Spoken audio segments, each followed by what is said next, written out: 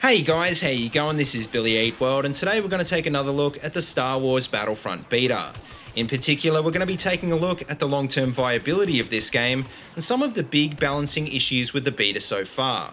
These two topics go hand in hand because when it comes to online shooters, a less than perfect launch can really hurt the game in the long term. That being said though, I must admit the Battlefront beta has been pretty good so far, but it still has got a lot of problems and there's only a month left to fix them all. So to kick off, I think the most obvious issue with the beta so far is the weapon balance, with the DLT-19 clearly the standout gun in the game. All of the other guns feel pretty unique, but the DLT-19 I think is the only gun that actually feels like it has a fun damage model. The rest of the guns seem to take forever to kill anyone, and considering you've got to lead your targets a fair bit in this game, a lot of enemies will get away from you. For this reason, I don't think the DLT needs a nerf, but I do think the other guns need a damage buff to at least bring them up to par. Speaking of the long time to kill though, well, this has led to people trying to rely on the cycle rifle and the thermal grenades to finish off opponents. The problem with this is that the cooldown of both of these gadgets is way too low considering they have unlimited ammo, and they could do with a bit of a nerf. I think in the final release, DICE have really got to look at putting a charge limit on these gadgets, or at least nerf their damage and cooldown rate. Also, I think the grenade throw animation needs to be slowed down, and I'd also probably reduce their range so that people don't abuse them. Now, when it comes to map design, well, I think the obvious issue is that the team balance on Hoth Walker Assault is absolutely terrible. This is because the Imperials get all the heavy armor, the same pickups as the Rebels, and of course the advantage of constantly pressuring the enemy. The AT-ATs can also fire straight into the enemy spawns, and the Rebel turrets, which are supposed to be the counter to vehicles, can be turned against them. For this reason, it's not uncommon to see Imperial players getting disgusting KDs, and although this is only a beta, it's something that I think is putting a lot of players off the game. On Drop Zone, the balance is a lot better, but the one thing I have noticed is that the Rebel team has the obvious advantage of camouflage.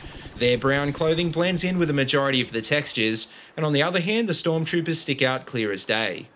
Another thing in this mode is that the matchmaking seems to be not fully functional, and more often than not, you find yourself in a match with 10 players versus 3 or 4.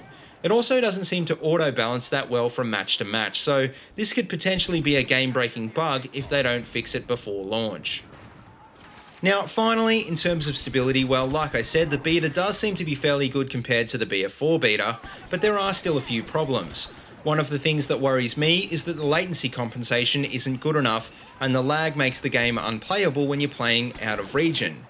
Now, you might be thinking, well, why would you want to play out of region anyway, which is fair enough if you're someone who lives in the USA or Europe.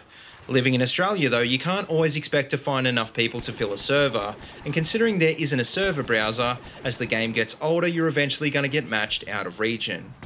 Also, according to PC players I've talked to, the party matchmaking system doesn't really work that well, and it's hard to join in the same server altogether. For any large-scale shooter, teamwork and playing with friends is a big part of the fun factor, so I'd hate to see a broken squad join like we saw in BF4.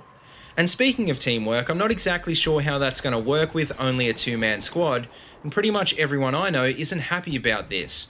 Something tells me that they're not going to return to a 5-man squad, but honestly DICE, if you're listening, I really think this is a big deal, and I hope it gets added into the final release. Now, all things considered, the real question is, how good will the launch of Battlefront be, and will all these problems get fixed? Well, like I said, the Battlefront beta is pretty good so far, but judging from previous DICE games, I doubt we're going to see many big changes this close to launch. With the certification process on console, DICE is going to have to save everything up for one big patch, so we could be waiting a while for anything that isn't right at launch. This exact problem has been a disaster for many previous titles, so hopefully DICE has learnt from the past, and most of the fixes will be finished before release.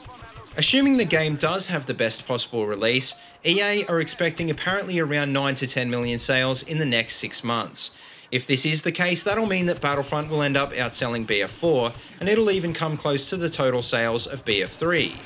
Whether this will translate into a loyal long-term player base is anyone's guess though, because a lot of these sales look to be casual gamers.